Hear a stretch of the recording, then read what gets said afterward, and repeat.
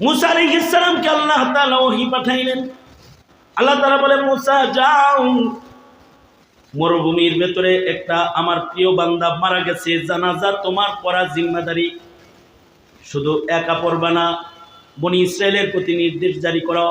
আমার নির্দেশ হলো সব বান্দারা তার জানাজা পড়তে হবে।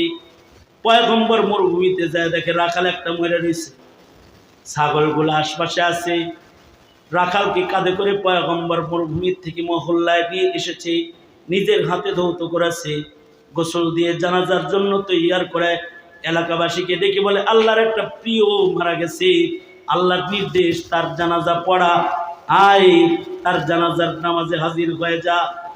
সবাই জানাজায় আসছে, এসে বলে, ওগো আল্লাহর নবী, এমন কোন বান্দা যাকে আল্লাহ তাআলা নিজে জানাজা পড়ে হক আদায় করার জন্য আদেশ করে আমাদের প্রতি নির্দেশ জারি করে, তার চেহারাটা এক নজর একটু দেখতে চাই আমরা। মহল্লার লোকদের জন্য লোকটাকে দেখানোর আয়োজন করা হয়েছে। কাফনের কাপড়টা যখন সরাইছে, তো দেখি এই লোকটা এমন একটা লোক যে একটা বড় পাপিষ্ঠ, যে খুনি, যে ডাকাত, যে অন্যায় কাজকারী। মহল্লার থেকে তাকে কয়েক বছর আগে বের করে দেওয়া হয়েছে। মানুষ জানতো সে মরুদস্যু হিসেবে মরুভূমিতে থাকে আর ডাকাতি করে। আসলে সে মরুভূমিতে আল্লাহরে খুশি করে ফেলেছে।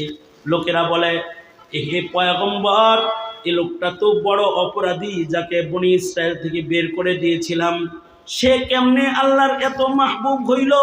ও কালিমুল্লাহ, আল্লাহর কাছে একটু জানেন না কিভাবে সে আল্লাহ পাকের এত মাহবুব হইল? পয়গম্বর আল্লাহকে বলে, আল্লাহ, এই লোকটাকে মহল্লার মানুষ বের করে দিয়েছে, আর তারে কিনা তুমি এত মাহবুব বানাইছ যে তার জানাজা পড়ার জন্য বনি ইসরায়েলকে তুমি নির্দেশ করলে। কোন আমলের বরকতে তার এত দাম? আল্লাহ বলে, মুসা, আমার বান্দা তওবা করেছে, তওবার উপরে অটল মৃত্যুবরণ করেছে। আমি আল্লাহ তার পিছনের সব গুনাহ হাসানাত দিয়ে পাল্টায়া দিছি। উলাইকা ইউবাদদিলুল্লাহু সাইয়্যাতিহিম হাসানাত।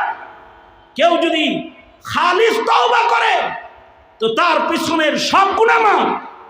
আল্লাহ তাআলা জিন্দেগীর গুনাহ মাফ করে আল্লাহ তাআলা তাকে নেককার হিসেবে গ্রহণ করে নেবে। কারণ বান্দার জন্য রবের মায়া তো আলাদা, আজব মায়া ও মহান মালিকের আমাদের প্রতি। এমন মায়া, কোনো অপরাধী যদি অপরাধ করে আর যদি মাপ চাওয়ার মতো ইচ্ছাও লালন করে, হাদিসে আছে দুনিয়ায় ইচ্ছা পূরণ না হইলেও হাসরে পূরণ হওয়ার ব্যবস্থা আল্লাহ করে দিবে ইচ্ছা আয়া পড়লে। হাসরের মাঠে আল্লাহ কোনো বান্দাকে ডেকে কাছে নিয়ে বলবে, আয় এত গুনাহ করছিলি কেন? বান্দা বলবে, আল্লাহ ভুল হয়ে গেছে। আল্লাহ বলবে, ভুল হয়ে গেছে, ঠিক আছে, মাপ যেহেতু চায়া ফেলাইলি, আমার একটা নাম আছে, আমার সাত্তার, যা তোর জিন্দগির গুনাহ আমি মইসা দিলাম, কেউ দেখবে না তোর গুনাহ, নেক দিয়া পাল্টায়া দিলাম, আমি গফফার, তোকে মাফ করে দিলাম। আল্লাহর রাসূল সাল্লাল্লাহু আলাইহি ওয়াসাল্লাম উম্মতকে খবর দিয়েছেন, লা তাকনাতু মির রাহমাতিল্লাহ। আল্লাহর এলান হলো, আল্লাহ পাকের রহমত থেকে কেউ নিরাশ হয় না। মাহবুব হওয়ার দরওয়াজা হলো তওবা। যদি কারোর গুনাহ বেশি হয় তওবা করো, মহান আল্লাহ তওবার বরকতে বান্দাকে প্রিয় বানায়। আরেকটা পদ্ধতি হলো ইউহিব্বুত তাওয়াবিন ওয়া ইউহিব্বুল মুতাতাহহিরিন। এই কারণেই আমাদের মাদ্রাসাগুলোতে যে বাচ্চারা আসে তাদেরকে আমরা তাহারাত শিখাই, পবিত্রতা শিখাই, ওযু শিখাই, টিস্যু পেপার ব্যবহার করা শিখাই, গিলাকুলুপ শিখাই। কারণ পবিত্রকে আল্লাহ পছন্দ করে। আর যারা চেন খুলে পেশাব করে মুইতে হাঁটা দাও, তাদের শয়তান পছন্দ করে। যাদের পাকিজিগি হিফাজত নাই, যারা তাহারাত কি জিনিস বুঝো না, তারা শয়তানের মাহবুব। আর যারা তাহারাত পছন্দ, তারা আল্লাহর মাহবুব। নবীজি মিরাজে আকাশে বেলালের পায়ের আওয়াজ শুনেছেন, এসে বলে, বেলাল, কি আমল তোর? তাহারাত আর তাহিয়াতুল ওযু, নামাজ, 2 রাকাত নামাজ পড়ি আর ওযু গেলেই ওযু করি। আল্লাহর রাসূল বলেন, বেলাল এই তহারাত জিন্দিগি, তহারাত পছন্দ। আর 2 রাকাত নামাজ, মাত্র 2 রাকাত নামাজ, ফজর নামাজ। তুমি ফরজ থেকে আরশে উঠে গেছ। আল্লাহ তাআলা এই গুণকে বড় পছন্দ করে। মসজিদে কুবার, আহলে কুবার প্রশংসা আল্লাহ তাআলা করেছেন যে আহলে কুবা এরা পবিত্রতাকে পছন্দ করে, তাই মহান আল্লাহ তাদেরকেও পছন্দ করে। তওবা করার পরে আবার গুনাহ করলা, নাপাক হয়ে গেলা। তওবা করার পরে গুনার নাপাকও নাই, আত্মিক নাপাকও নাই, জিসমানি নাপাকও নাই। হার কিসমের নাপাকির থেকে হিফাজত করো।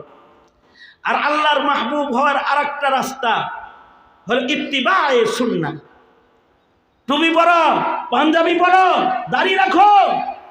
আল্লাহর রাসূল বলেন কুল্লু উম্মতি ইয়াদখুলুনাল জান্নাহ, আমার টোটাল উম্মত জান্নাতে যাবে ইল্লা মান আবা। মাই আবা ইয়া রাসূলুল্লাহ, আল্লাহর নবী অস্বীকারী আবার কারা? রাসূল বলেন যারা আমারে মানে না তারা। দল মানো, নেতা মানো, নবী মানো না। তুমি ইহুদ নাসারার কালচার মানো, রাসূলের সুন্নতের তাহজিব তামাদ্দুন মানো না। দাড়ি দেখলে গাল দাও, টুপি দেখলে গাল দাও, আলেম দেখলে গা চুলকায়, গা শিরশিরায়। রাসূল ভাল লাগে না, রাসূলের কথা ভাল লাগে না, খাতমে নবুয়ত ভাল লাগে না। তোমার কি ভালো লাগে? মোদি ভাল লাগে, হিন্দুকে ভাল লাগে, ইসকনকে ভাল লাগে, খ্রিস্টানকে ভাল লাগে, তাহলে তাগর লগে থাকার লেগে রেডি হও। আর যদি রাসূল ভালো লাগে তাহলে তুমি জান্নাত। সুতরাং সবাই আল্লাহর কাছে প্রিয় না। তবে আমার লাস্ট কথা হলো, বাহ্যিক সুন্নতের অত দাম না, আত্মিক সুন্নতের যত দাম। বাহ্যিক সুন্নত তো দেখা যায়, আত্মিক সুন্নত দেখা যায়।